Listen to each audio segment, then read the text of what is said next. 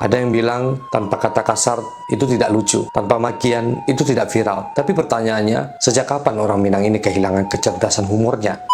Di dunia digital hari ini, apalagi media sosial seperti TikTok, YouTube, Facebook, dan lain-lain, kata-kata bukan lagi sekedar ucapan, ia jadi budaya, ia jadi panutan. Tapi ketika makian dan kata-kata kotor itu yang dinormalisasi, kita sedang mewariskan luka yang tak terlihat. Saatnya kita sadar, kata-kata adalah cermin, dan kita adalah penjaga cermin itu.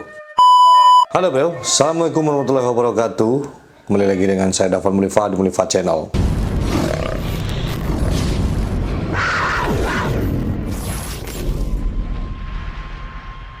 Di Minang kata bukan sekedar bunyi, ia adalah pusaka. Ia lambang dari martabat. Tapi kini, di layar-layar kecil yang kita genggam sehari-hari, kata itu berubah menjadi pisau. Para kreator Minang yang seharusnya mencerminkan nilai, justru menjadikan makian sebagai tontonan. Umpatan dijadikan gaya, cacian dijadikan hiburan. Dan semua itu dikemas rapi, dibungkus algoritma, dijual demi angka-angka. Yang lebih menyayat hati, bukan hanya laki-laki, tapi banyak para perempuan Minang pun berlomba-lomba dalam kotornya tutur itu.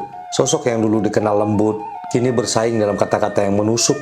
Seolah santun dianggap lemah, seolah martabatnya bisa digadaikan demi sebuah keviralan.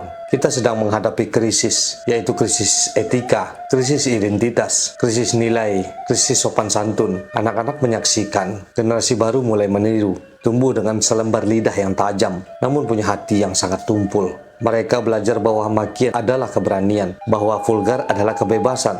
Padahal Minang bukan seperti itu. Minangkabau adalah adat yang bersandi sarak bersandi kitabullah. Tapi semua itu tenggelam di antara ejekan, hinaan, dan tantangan bodoh yang dipertontonkan tanpa malu. Kita banyak melihat live PK. Live PK ini mempunyai makna player knock out. Hari ini PK itu bukan lagi hiburan, ia jadi panggung pelecehan, pamer aurat, ajang saling menjatuhkan demi hadiah recehan. Dan yang paling menyedihkan, anak-anak kita menonton, mereka menyerap, mereka meniru, mereka percaya bahwa tontonan lebih penting daripada tuntunan. Apakah kita terus diam?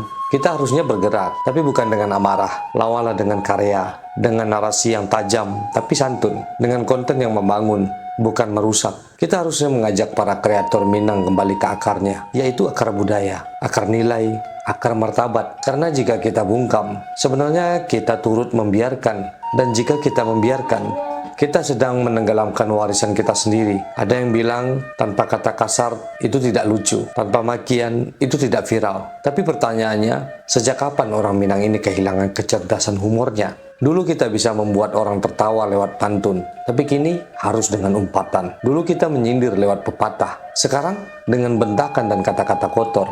Lucu itu soal akal, bukan kata-kata kasar. Kalau kamu bisa membuat orang tertawa tanpa membuat bapak ibumu geleng-geleng kepala melihatnya, itu baru hebat. Kalau kamu bisa viral tanpa melahirkan kata-kata kotor, itu baru luar biasa. Minang itu kaya adat, kaya akal, kaya dengan gaya. Jadi kenapa harus meniru kebisingan yang membuat kita lupa jati diri? Coba mari kita buktikan, humor bisa tetap santun, viral bisa tetap bermartabat. Karena jika kita bisa membuat orang tertawa sambil menjaga tutur, itu bukan sekedar hiburan.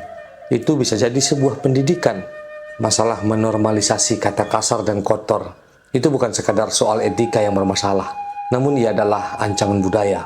Ia merusak cara berpikir, cara menghargai, cara membangun. Ia mengubah lidah jadi senjata dan mulut jadi panggung kekerasan. Di dunia digital hari ini, apalagi media sosial seperti TikTok, YouTube, Facebook, dan lain-lain, kata-kata bukan lagi sekedar ucapan, ia jadi budaya, ia jadi panutan. Tapi ketika makian dan kata-kata kotor itu yang dinormalisasi, kita sedang mewariskan luka yang tak terlihat. Saatnya kita sadar, kata-kata adalah cermin, dan kita adalah penjaga cermin itu. Nanti kamu akan melihat, ketika generasi kita nanti selanjutnya itu tumbuh tanpa adab.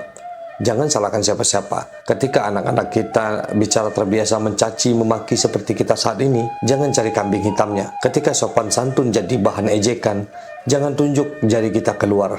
Tunjuk ke diri kita sendiri. Salahkan diri kita. Kita yang diam, kita yang tahu tapi memilih bungkam, kita yang menyaksikan kata-kata kotor jadi sebuah tontonan tapi tak pernah menegur, bahkan ikut dalam suasana seperti sebuah hiburan.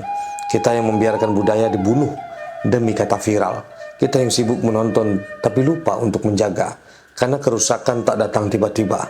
Ia tumbuh dari pembiaran, dari tawa yang salah tempat. dari tepuk tangan untuk kebodohan, dari diam yang terlalu panjang. Jadi nanti kalau generasi kita kehilangan arah, jangan tanya kenapa mereka jadi tersesat, tapi tanyakan kenapa kita tidak bicara sejak sekarang. Saya Dafar Mulifa, saya undur pamit. Assalamualaikum warahmatullahi wabarakatuh.